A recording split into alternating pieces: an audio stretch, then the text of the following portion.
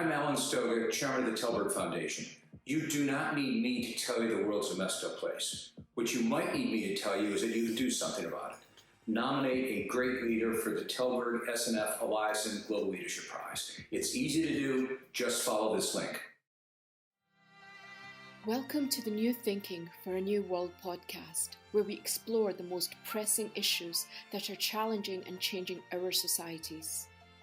We are looking for new thinking and new solutions wherever we can find them.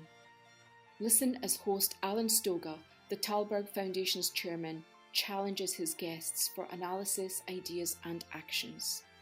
Together, we can help make our world at least a bit better.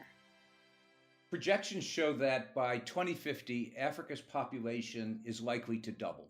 By 2100, 1 in 3 people on Earth will be African, including almost half of the young people. As goes, Africa goes or will go the world. So how is Africa doing? In one sense, that's a nonsensical question to ask about 54 countries and almost 1.4 billion people, but even dumb questions can sometimes have smart answers.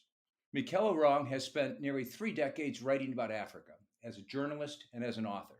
She's deeply knowledgeable about the people, the politics, and the day-to-day reality, and by any measure is a damn good writer.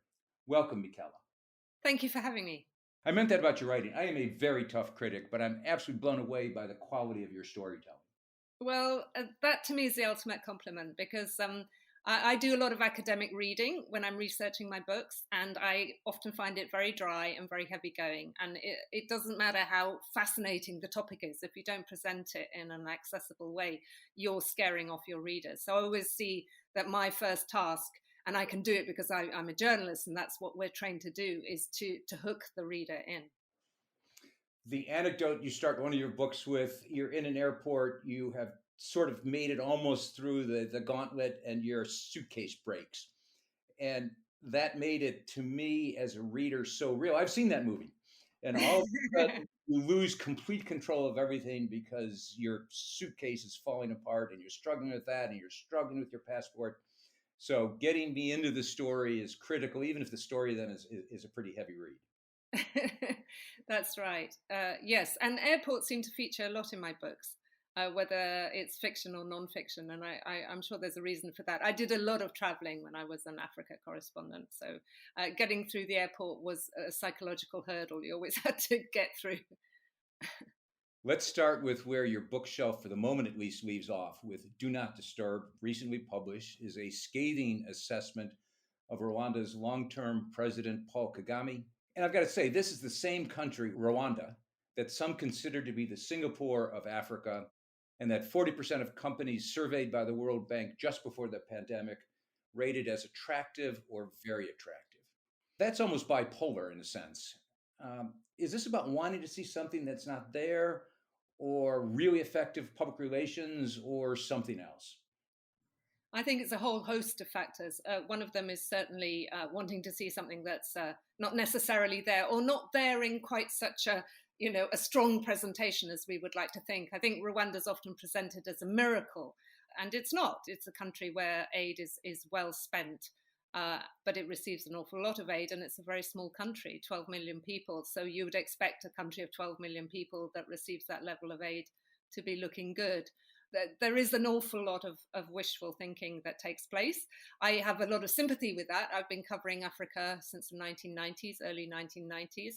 And I can completely understand that people who've worked in development, or diplomats or policymakers, people who work for NGOs, Africans themselves, first and foremost, they want to see the stories come good. They are frustrated. They think they should be doing better. They've had one election after another in most of these countries. They've seen rigging sort of setting in as a way of life. They've seen corruption that seems to be an insoluble problem. And in countries like Rwanda, they've seen some really frightening levels of repression becoming the norm.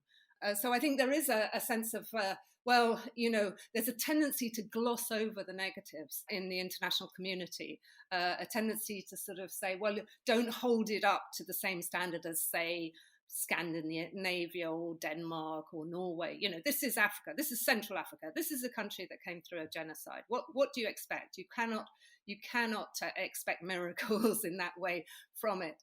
So yeah, there's a desperation for success stories.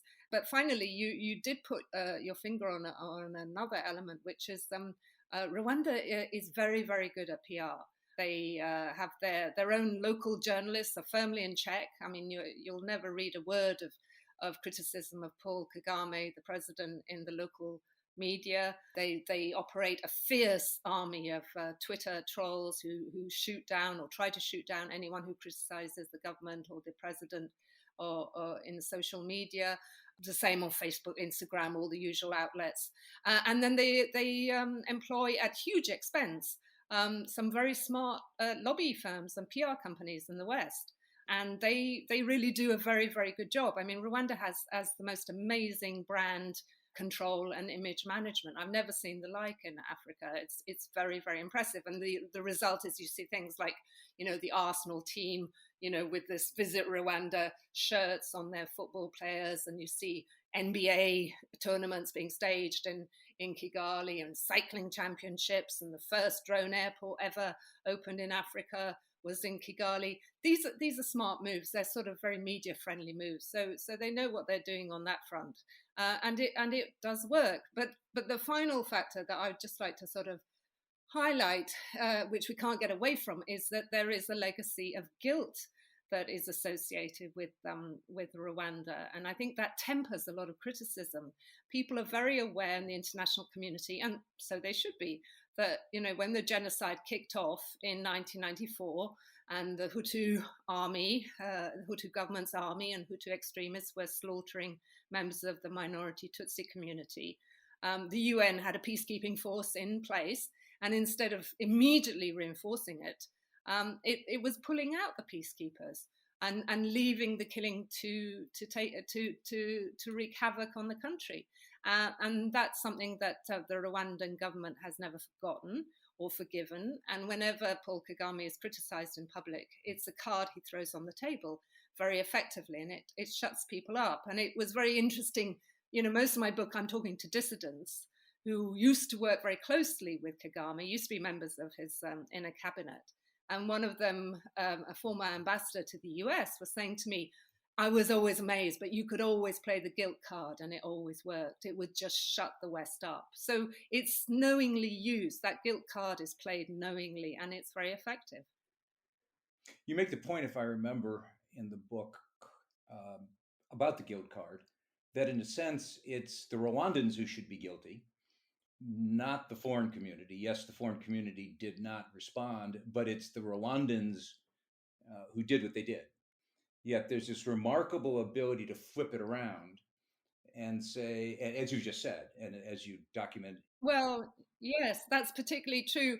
I mean, it was a horrific Rwandan episode in which a Rwandan army and its and the extremist militias that it had happily allowed to sort of exist alongside it, just laid into and slaughtered so many of the Tutsi civilians.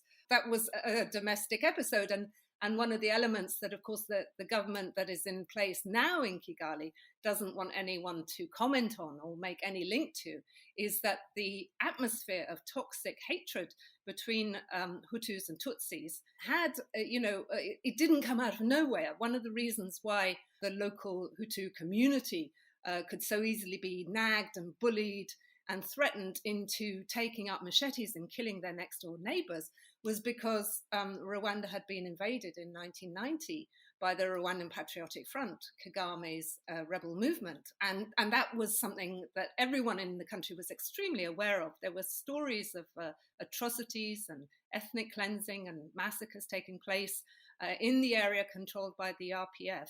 And those stories were coming back to Kigali. So people in Kigali, Hutus, were really, really frightened of what the RPF's arrival in Kigali would herald.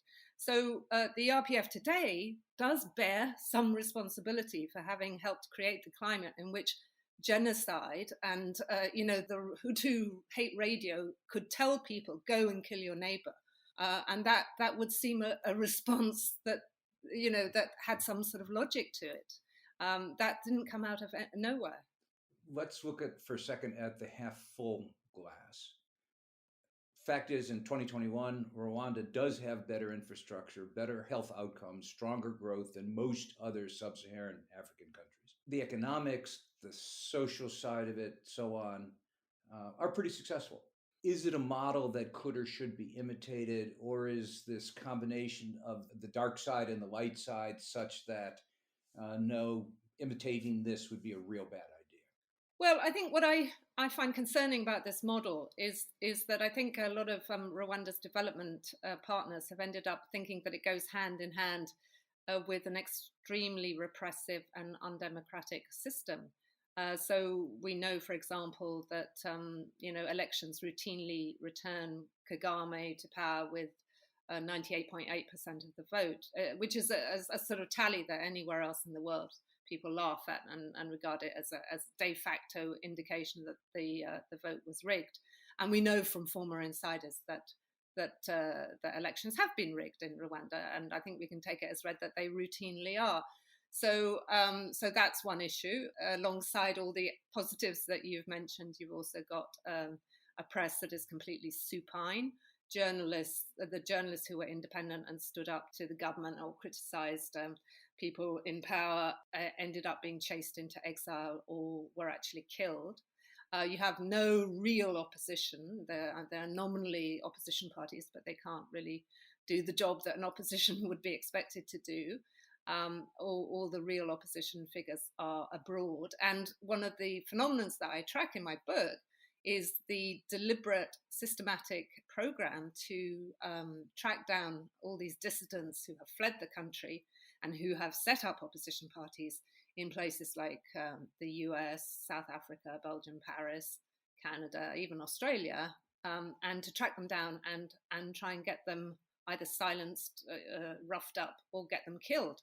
But what I find really worrying is that there is so much admiration for what Rwanda has achieved on the development front that there seems to have become a sort of assumption that you have to be a disciplinarian, you have to be an authoritarian ruler to deliver those achievements. And of course, that linkage isn't there and can never be there. And the notion that seems to have sort of taken root amongst many development people that democracy is messy, that there's too much squabbling, democracy is corrupt, and it's just much easier to work with people like Kagame. Kagame, you often hear said about Kagame, he is a leader who gets things done. I think that becomes very dodgy territory because you're wishing on African citizens a regime and a style of life and a level of repression that you would never accept in your own country. So why should we, as development partners, be supporting it and funding it in an African state? Well, you put that as a rhetorical question, but it is exactly the right question. Even Freedom House counts only 5 freely functioning democracies out of 55 countries in Africa. You're very hard pressed to find an example of a year in, year out successful democracy. Quite the opposite. Kagame's not the only one who tends to succeed himself with great enthusiasm, at least as they count the votes. Is democracy possible in Africa? How do we reframe this story? Because I agree 100% that we apply very low standards. We say, oh, it's Africa, of course. And hence you're willing to accept the repression in a country like Rwanda. Because you see a trade-off and say, well, that's a fair trade-off, which you would not accept in Latin America, you'd not accept in Asia, but you accept in Africa. The longer I spend working on Africa and traveling around in Africa, the more it is borne upon me that the nation state is of fragile and recent arrival in Africa, and that ethnic identity holds the key to everything. And that, our problem as Western countries is we often confront Africa assuming that the countries we're dealing with and the governments we're dealing with have been around as long as our own countries and governments have been.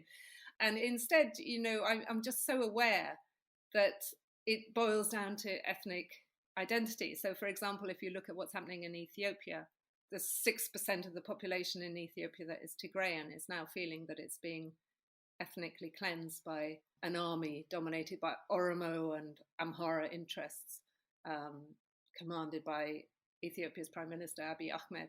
If you look at Kenya as well, the sort of continuing sniping that you see between communities such as the Kikuyu and the Luo and the Kalenjin, and the discussion that continues to take place around those.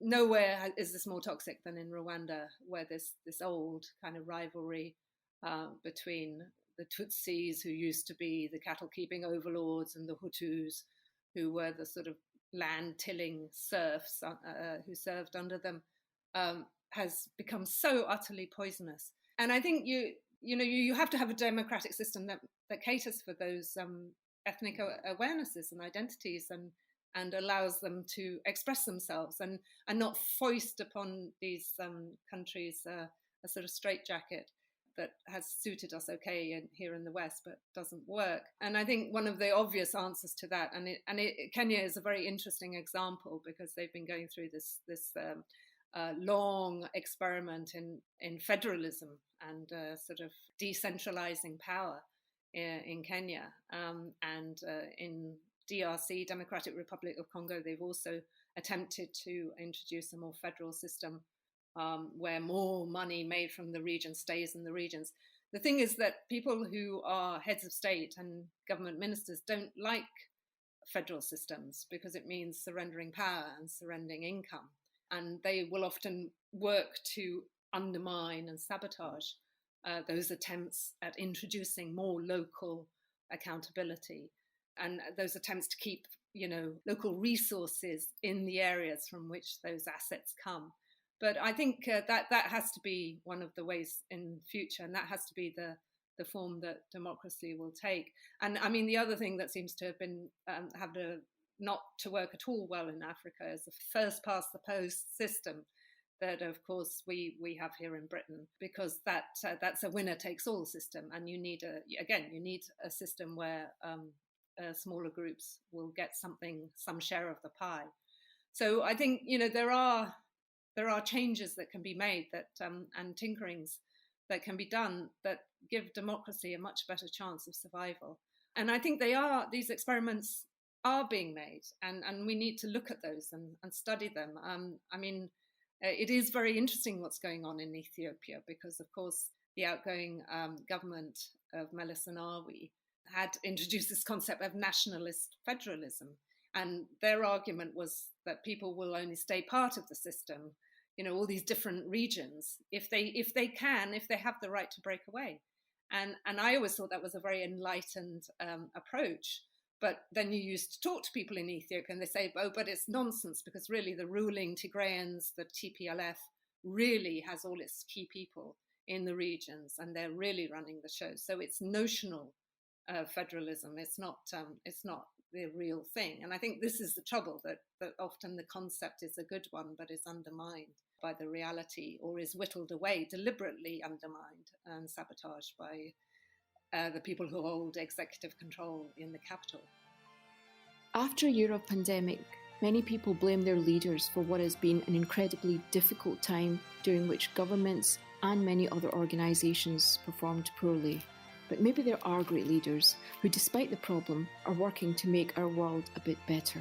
If you know someone like that, in your company, in your university, in your community, anywhere, please nominate that person for the Talberg SNF Aliassane Global Leadership Prize. Go to talbergprize.org. That's TALLBERG prize.org.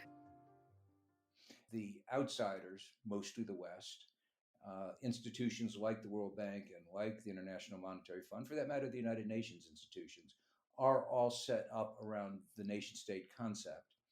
And they want to work through those structures because that's what they do.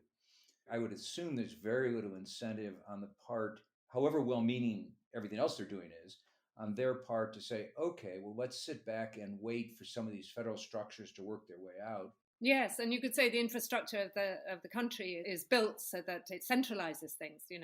Every local politician thinks he's going to end up going to the capital and having a house in the capital. whereas, under a federal system, he should be focusing on his villa in his own regional capital and spending his time and his money on the local area. But it's so common, that syndrome, isn't it? Of there's an election and then the big man goes to the big city and builds a big villa. There was a reason why all roads led to Rome. Yes. And that reason continues. Well, let's shift gears slightly. And you already touched a bit on it, but I'd like to talk about journalism. And clearly, journalists, as you implied, over time, have skin in the game. They want their story to be on the front page. They want when we used to have front pages, they want their story to succeed. That's incredibly relevant today when advocacy journalism, which I think is an oxymoron, but others don't, is clearly on the rise all over the place. And you've lived it. And you speak to this repeatedly in Do Not Disturb, and your own gradual awareness that you are arguing the case and sometimes didn't take facts that suggested something else. You've now sat back and redone the whole story, which is what Do Not Disturb is all about. But I think that question of journalists and journalism and this concept of advocacy journalism is terribly important, not just in Africa, but in Britain, in Europe, in the United States. How do we get out of a world where that's viewed as a good thing, that journalists should be advocates? Isn't that dangerous? Yes, I think it is dangerous. I mean, I became a journalist for Reuters news agency, and that was a really good training ground because their whole shtick is facts, facts, facts, and more facts, and we're not interested in what you think as the writer, as the author. And if you're going to cite an opinion, you must have a source. There's a novel concept. Yeah, I know. Can you prove it? Who said it? When did they say it? Can you name them? And of course that has become a very old-fashioned form of journalism. It's still the journalism on which every other advocacy journalist practitioner relies, because you have to know the facts before you can start spouting any opinions. I'm very torn on this issue. I mean, it's as I've become an older journalist and an older writer, I've obviously developed opinions, and in fact, you could say that's one of the reasons why I went into writing books, because I went from Reuters to the Financial Times, which was also quite level-headed and didn't want you frothing at the mouth in your articles. And there comes a point where you do want to express your political opinions or your sense of humor, or you just want to let rip a bit more. And then that's when books give you that opportunity. But I have massive doubts, just as you do. And really Do Not Disturb is trying to be honest about the fact that I think journalists get it wrong all the time, and that the least you can do is say so after the event when you realize it. I mean, the nature of truth is such a sort of challenging issue, and there are so many occasions in my career where I look back and I think, oh my God, I got it so wrong, or why didn't I write this, or why didn't I see that? And certainly not only to do with Rwanda. I mean, any episode that you've been involved in as a journalist, you're sort of looking back and thinking, I really missed the point there. But that's the first draft of history is always going to be a very messy draft, and the only thing you can do is try to remind yourself that your job is to include as many viewpoints and as many counter-indicative facts in your reportage. But that's good journalist speaking, and a journalist, I think, who doesn't see her role as advocacy. And those used to be in contradiction. The opinion page used to be the opinion page, and the news page used to be the news page. And it really does seem that there's a conscious and aggressive merging of the two, even in some of the traditionally the best news outlets in the world. Or am I being too American in that? No, I think all journalists now are expected to be advocates.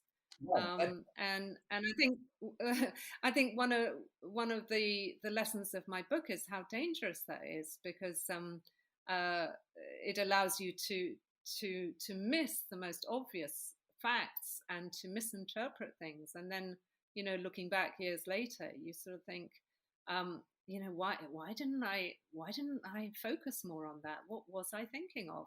And no one enjoys that experience of thinking, oh, I really messed it up. I mean, I recount the episode in the book where I went to interview Seth Sendashonga, who was the Rwandan interior minister who had just been sacked when I went to interview him in, I think it was 95.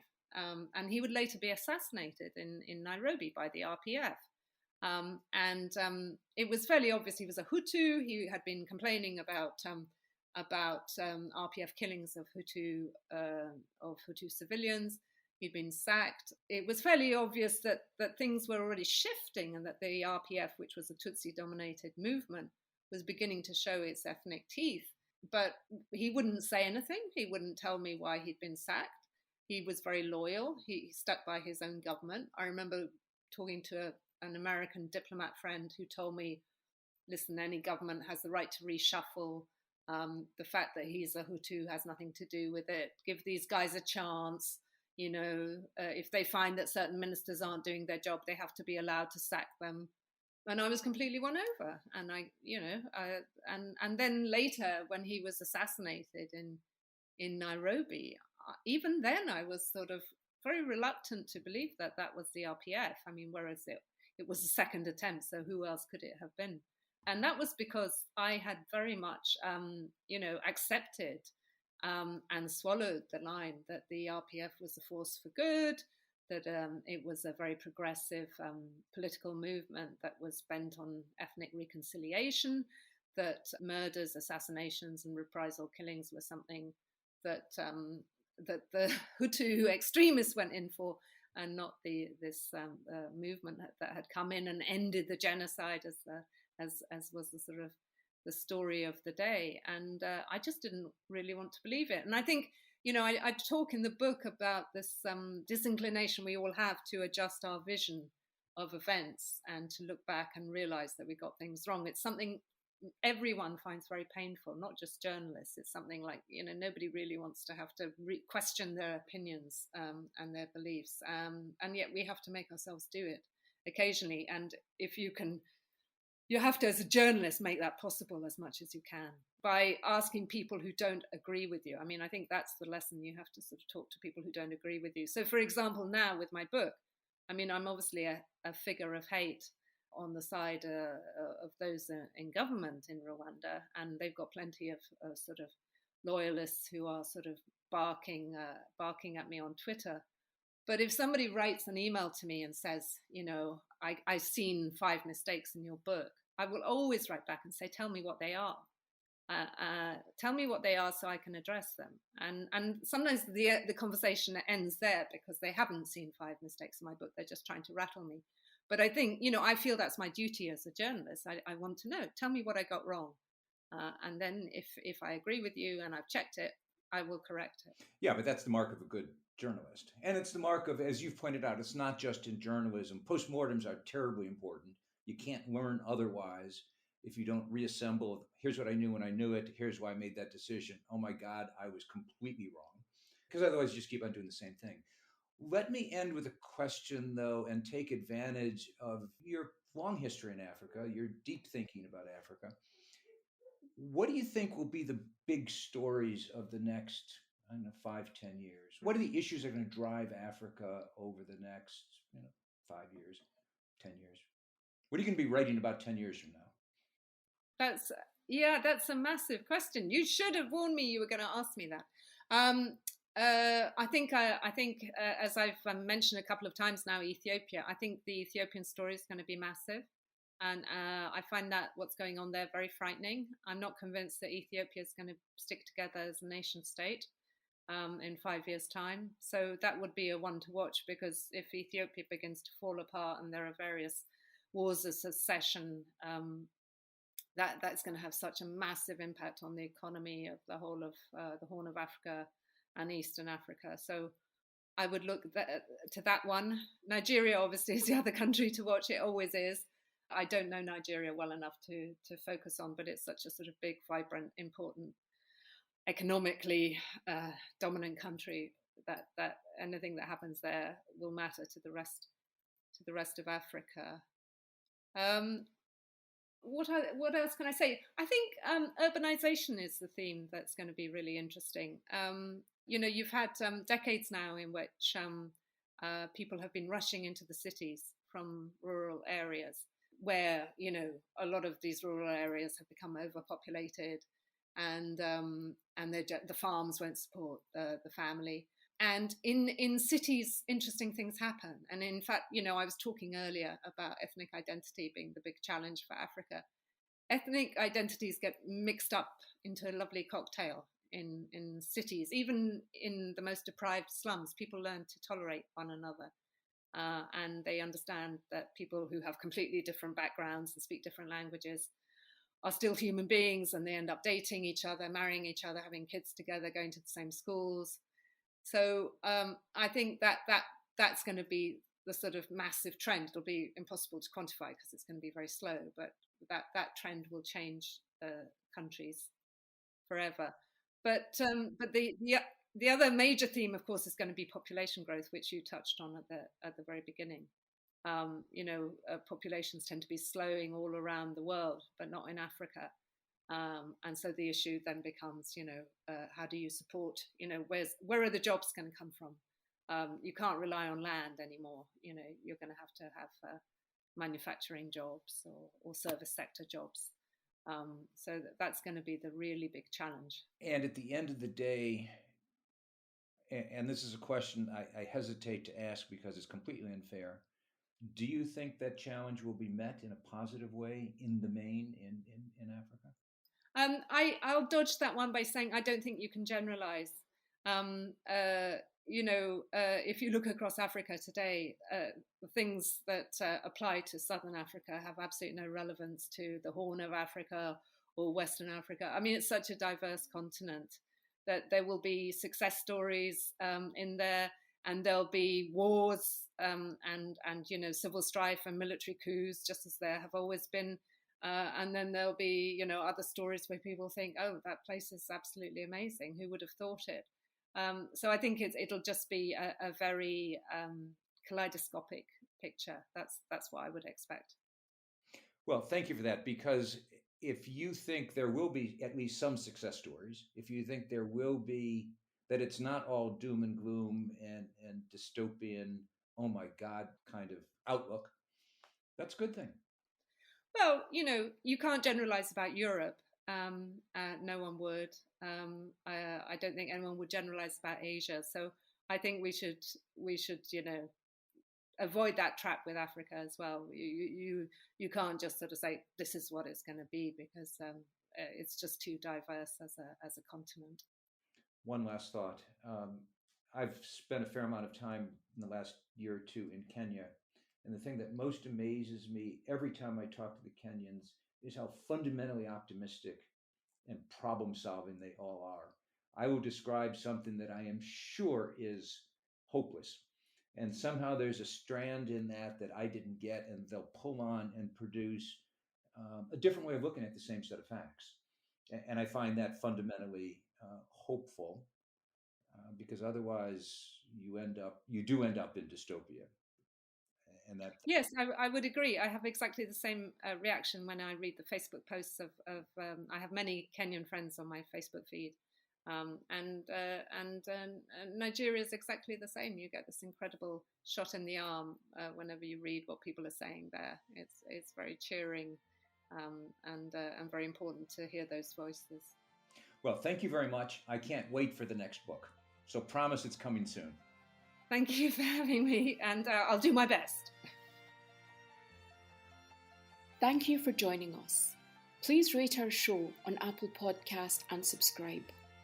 Meanwhile, you can find us on Facebook, Twitter, and Instagram, or you can subscribe to our newsletter at talbergfoundation.org to learn more about our work.